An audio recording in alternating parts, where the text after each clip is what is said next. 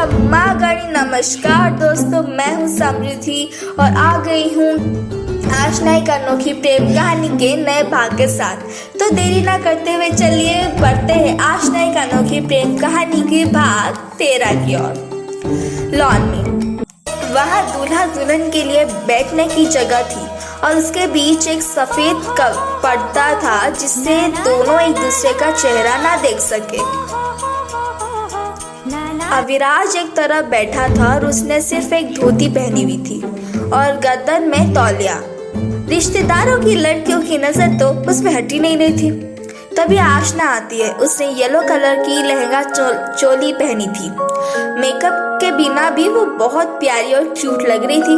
नकली फूलों वाले गहने से वो सजी हुई थी और उसे अविराज के दूसरे साइड बैठा दिया, पर अविराज बेचारा उसे देख नहीं पाया।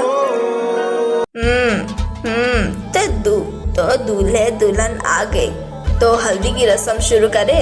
विमला जी ने पूछा तो सबने हामी भर दी। एक मिनट, ये सफेद पर्दा क्यों है हमारे बीच? अविराज ने पूछा। क्योंकि हल्दी के वक्त दूल्हा दुल्हन एक दूसरे को नहीं देख सकते, ये रस्म है। विमला जी ने अविराज के गाल को खींचकर कहा। पर मैं नहीं चाहता कि मेरे और मिसेस राणावत के बीच कोई भी दीवार आए, अविराज ने अपने कठोर स्वर में कहा।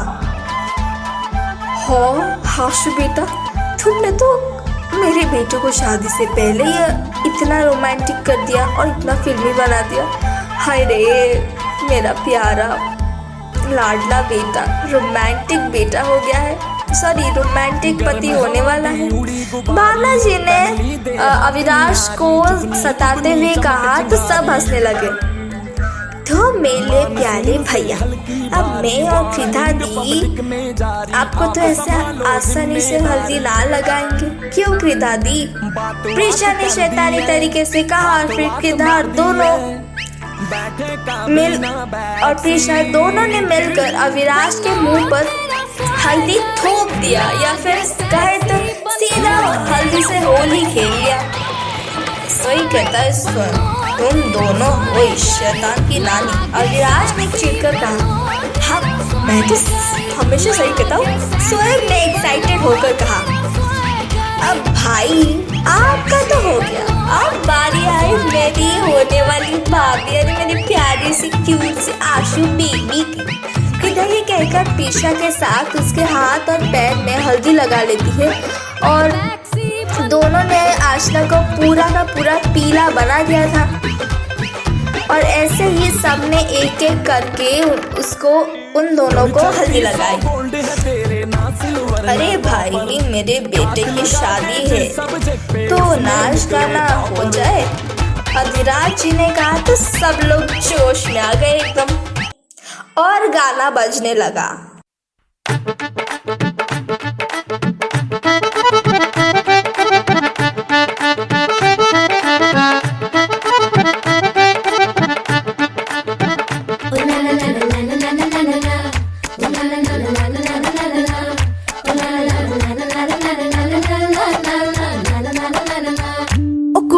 गुड़ किने खा लिया, गुड़ वाली चाह किने पीती, बुआ जी दा नाड़ा किने खिंचिया, ओ खिंच के मारी किने सीटी। ओ छड्डो जी छड्डो, जाके पकड़ो वो हलवाई, ओ जिसने गुड़ की बना दी मिठाई, ओ सबको बात है ये समझाई। ओ गुड़ नालो इश्क मिठा, ओ गुड़ नालो इश्क मिठा, गुड़ नालो इश्क मिठा, किसे नू गावे गुड़ नालो इश्क मिठा। सोनी मेरा दिल ले गई, कुड़ी मेरी जान ले गई, मुझको यार कोई तो बचाए गुड़ नालो इश्क मिठा।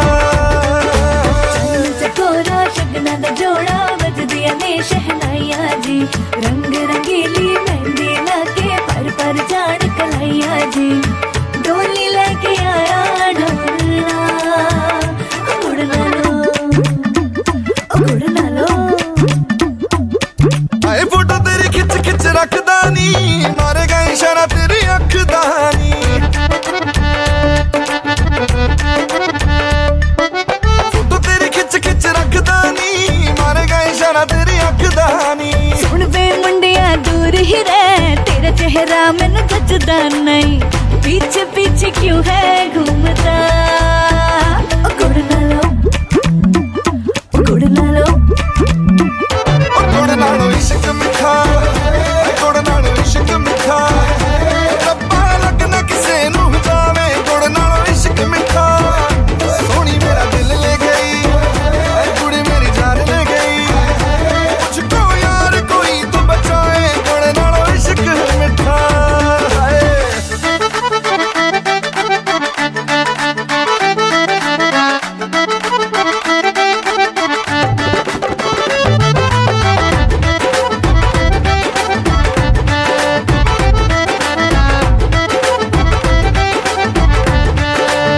हाय दिल वाली बात कभी मुझको बता, कुड़िए तो एक बारी हंस के तो जा। दिल की न मानो दिल बड़ा बेईमान, तुझ पे जाए तो मैं होए बदनाम, जावे जावे नहीं हो बोलना।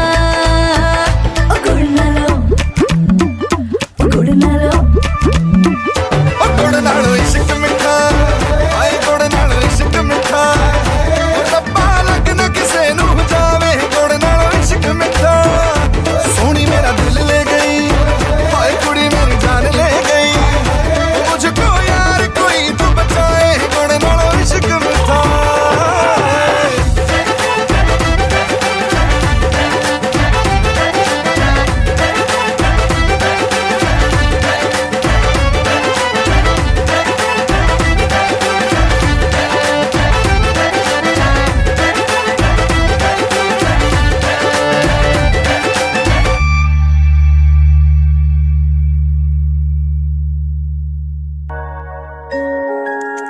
और ऐसे ही हल्दी खत्म हो गई। यहाँ आशना अपने कमरे की तरफ जा रही थी कि कोई उसे कमर से पकड़कर दीवार से लगा देता है। वो चिल्लाने वाली थी कि उसे एहसास हुआ कि वो अविराज था। आप यहाँ क्या कर रहे हैं? आशना ने धीरे से अविराज के हाथों को हटाकर कहा। अभी तो हल्दी बाकी है। अविराज ने आशना को अपने पास और खींचकर कहा। आशना को अपने मुंह पे अविराज की गर्म सांसें महसूस हो रही थी और अविराज के नजदीकी उसे और भी मदहोश कर रही थी। कैसे? आशना ने रुक रुक कर कहा। अब हो गया। अविराज ने आशना के गाल से अपने गाल को जोड़कर उसको हल्दी लगाते हुए कहता है और उसके हाथों में लगी हुई हल्दी को उसके खाली कमर पर लगा देता है, जिससे आशना के रग रग में सिहरन की लहर दौड़ती है। क्या कर रहे हैं? आशना बुरी तरह से रुक रुक कर कहती है, क्योंकि अविराज की छुअन उससे पागल कर रहा था, उसको और मदहोश कर रहा था। खैर रखना अपना, थोड़ी देर बाद हमारी शादी है। अविराज उसके माथे पर किस करके वहाँ से चला जाता है और आशना भी वहाँ से शर्माते हुए अपने कमरे की ओर भाग जाती है। शाम को आशना, हेमंत जी, हीरल जी, कृधा और दादी और सब मेहमान, सब लोग आशना के माँ बाप के पुश्तैनी घर में थे, क्योंकि यही उसकी शादी होने वाली थी। आखिर उसके माँ बाप की ये जो इच्छा थी कि उनकी बेटी की शादी उनके पुश्तैनी घर में हो। आशना तैयार हो चुकी थी। बहुत खूबसूरत लग रही है हमारी पोती, नजर ना लगे। विनीता जी ने उसकी बलाया लेते हुए कहा।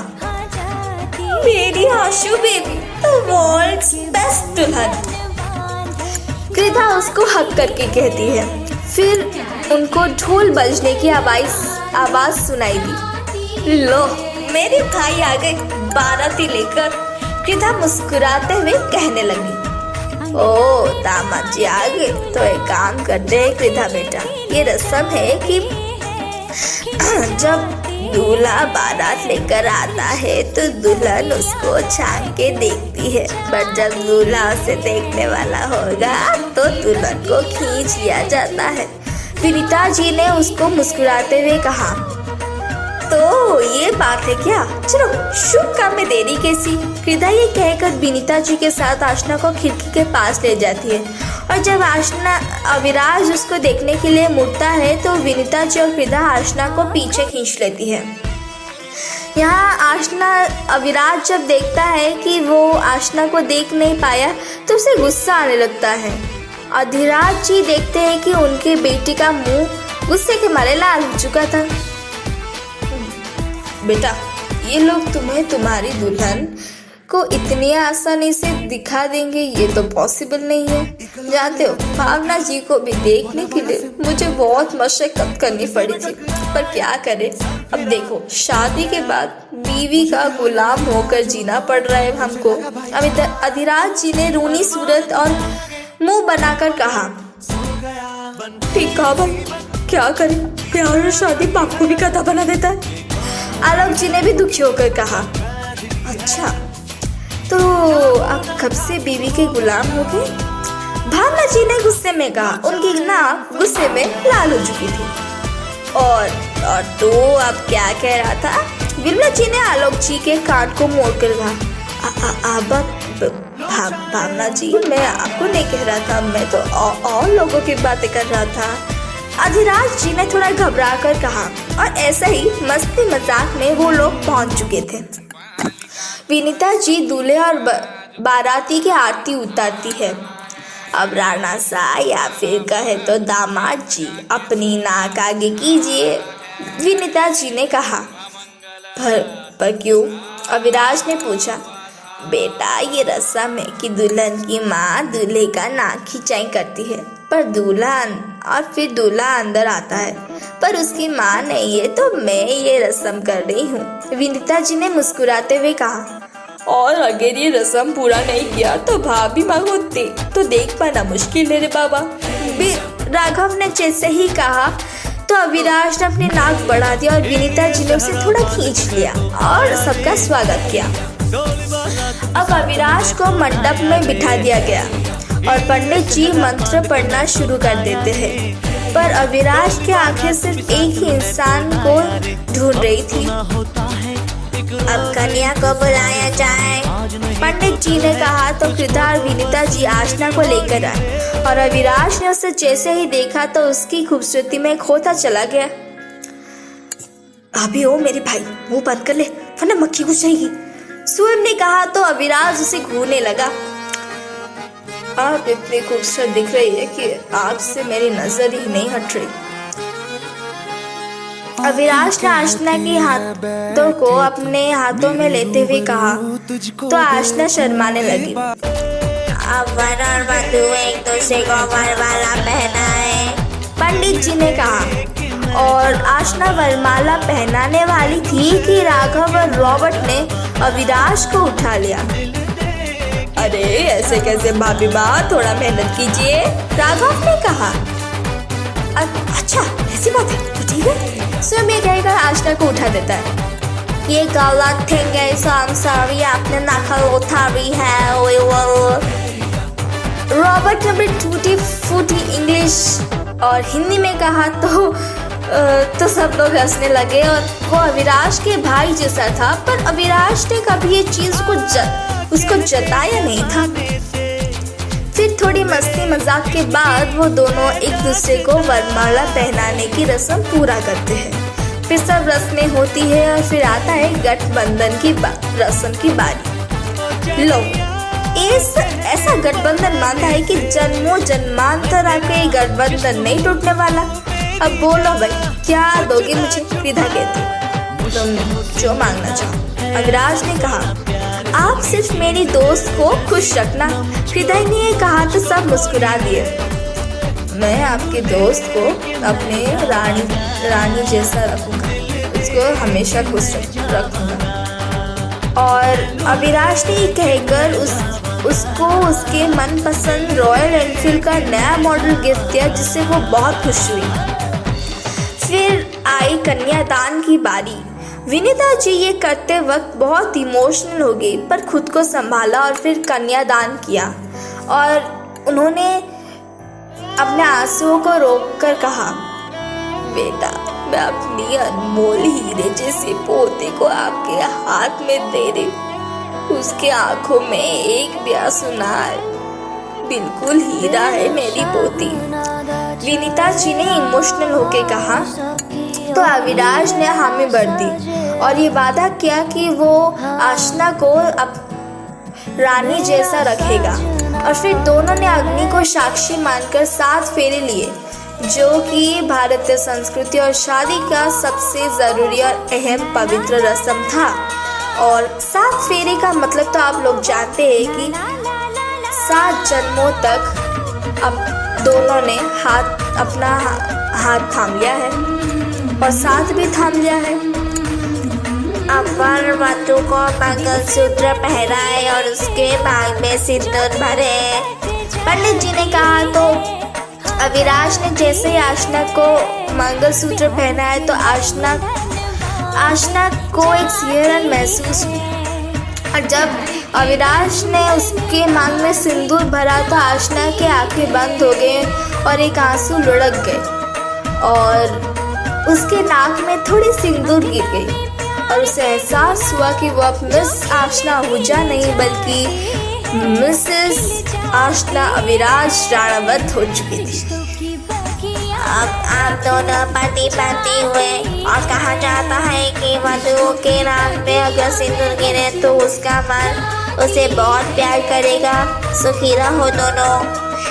पंडित जी ने उसको आशीर्वाद देकर कहा। रुक जाओ। पीछे से हेली की आवाज आई। ये नहीं हो सकता। आप सब लोगों को नहीं पता कि इस चीप लड़के ने आपको फंसाया है। ये कभी मदर नहीं बन सकती। हेली ने नफरत से कहा तो पूरा का पूरा राणावत परिवार हैरान था। क्या? भावना जी ने हैरान होकर कहा। रागिनी जी सुनते ही आशना को इतनी जोर से थप्पड़ मारती है कि वो नीचे गिर पड़ी। तो भावना जी दौड़ कर जाती है और उसको अपने गले से लगा लेती है और आशना के आंखों से आंसू बहने लगे। बल्कि ये इतना ही नहीं, ये लड़की आहूजा परिवार की ही नहीं थी। ये गोद ली हुई एक मनहूस औलाद है जिसके मनहूस कदमों ने हमारे भाई भाभी को छीन लिया। वो इस मनहूस ने हमारी भाई भाभी को खा गई। और अरे माँ नहीं बन सकती ये मनहूस। आपको इस घर की वारिस नहीं दे सकती। पूछिए इससे, पूछिए। हीरल जी ने व्यंग मारकर कहा। मुझे नहीं पता था कि मैं गोद ली हुई हूँ या फिर मैं माँ नहीं बन सकती। आशना ने रुंधे गले से कहा। अरे हमें तो ये भी नहीं पता कि ये मनहूस लड़की कॉलेज जाने के बहाने कितने लड़कों को। हेमंत जी कुछ कह पाते उससे पहले अविराज का रौबदार आवाज आया। मिस्टर हेमंत आहूजा, अपनी हद में रहो, क्योंकि तुम अविराज राणावत की पत्नी के बारे में बोल रहे हो। तो बी इन योर लिमिट्स। अपनी लिमिट्स क्रॉस करोगे तो मैं अपना असली रूप दिखाने के लिए 1 मिनट भी नहीं लगाऊंगा। अविराज ने अपने गुस्से भरी लाल आंखों से कहा। पर मिस्टर राणावत, आपकी स्टैंडर्ड की नहीं है ये लो चीप मिडिल क्लास की लड़की। पता नहीं किस गंदी खून की होगी। हेली कुछ कहती उससे पहले ही तड़ाक एक थप्पड़ उसको विमला जी की तरफ से एक थप्पड़ उसको पड़ा, जो कि वो डिजर्व तो करती है। बस अपनी हद में रहो। तुम राणावत परिवार की बहू के बारे में बात कर रही हो। और क्या हुआ अगर वो माँ नहीं बन पाई? माँ सिर्फ जन्म देने से ही माँ नहीं बन जाती। अगर किसी बच्चे को प्यार देकर, उसका पाल पोस कर, उसको अच्छे संस्कारों के साथ जो बड़ा करता है वो माँ है। और अगर तुम्हें पता नहीं तो मैं बता दूँ कि मैया यशोदा कृष्ण की सगी मां कृष्ण भगवान की सगी मां नहीं थी, पर उन्होंने कृष्ण भगवान को अपने सगे बेटे से भी ज्यादा प्यार किया। उनका ये बहुत ही पवित्र रिश्ता था। और रागिनी के बहकावे में आकर मैं उस बच्ची को इतना कुछ कह दी, पर उसने मेरी इज्जत, मेरा मान रखा। और रागिनी, तुम्हारी हिम्मत कैसे हुई इस परिवार की बड़ी बहू को थप्पड़ मारने की? विमला जी ने गुस्से में कहा, और वहाँ पे बेसुध बैठी आशना के गाल को प्यार से सहलाने लगी। सिक्योरिटी, ले जाओ इन तीनों को, इनको मैं बाद में देखता हूँ, अविनाश ने खतरनाक तरीके से कहा। फिर आशना की विदाई हुई। आशना ने मुश्किल से ही अपने दादी को छोड़ा और राणावत विला में उसका गृह प्रवेश हुआ। और कुछ रस्में भी हुई अब आशना अविराज के कमरे में बैठी थी। अविराज आया और आशना के पास बैठ गया। अविराज, मैं कैसे कहूँ? आशना थोड़ा रुक कर कहने लगी तो अविराज समझ गया कि वो क्या कहना चाहती है। कोई बात नहीं मिसेस रावत, आपकी मर्जी के बिना मैं आपको कुछ नहीं करूँगा। अब कपड़े बदल लीजिए, सो जाइए, मैं सोफे पे सो जाता हूँ। अविराज ये कहकर जाने लगता है कि आशना उसका हाथ पकड़ लेती है। नहीं, आप बेड पे ही सोने वाले हैं। वैसे भी बेड में तो इतनी जगह है ही कि हम दोनों आ सके और डिस्टेंस मेंटेन करके सो सकते हैं, तो मुझे कोई परेशानी नहीं है, आशना कहती है। पक्का? अविराज पूछता है। हाँ पक्का, आशना कहती है और अपने गहने उतारने लगती है कि वो उतार नहीं पाती। मैं करता हूँ। अविराज ने कहकर धीरे धीरे उसके सारे गहने उतार दिए और उसके बाल खोल दिए। और इस बीच आशना के रग रग में सिहरन सी दौड़ गई। फिर आशना फ्रेश हो गई और बेड पे लेटते ही सो गई, क्योंकि वह आज के दिन से बहुत थक गई थी। अविराज जब उसे सोते हुए देखता है तो वह मुस्कुराने लगा और फिर आशना के गाल में रागिनी जी के हाथों के निशान थे, उनको सहलाने लगा और फिर दवाई लगा के उसको अपने बाहों में लेकर लेट गया। तूने ये अच्छा नहीं किया हेमंता होजा, revenge will be taken. Aviraj ने कातिलाना इविल स्माइल से सोचा और फिर सो गया। तो फाइनली आशना और अविराज मतलब आशनाज की शादी हो गई और अब स्टार्ट होने वाली है उनकी असली जर्नी। और इस जर्नी में अनफोल्ड होने वाला है बहुत सारे सीक्रेट्स, बहुत कुछ चीज़ें, बहुत कुछ चटपटा मसालेदार भी होने वाला है इन आशनाज की जर्नी में। तो आशनाज की शादी के बाद की जर्नी को सुनने के लिए जुड़े रहे मेरे यानी कि समृद्धि के साथ, और मिलती हूँ आशना एक अनोखी प्रेम कहानी के नए भाग के साथ। Till then take care and bye bye my listeners.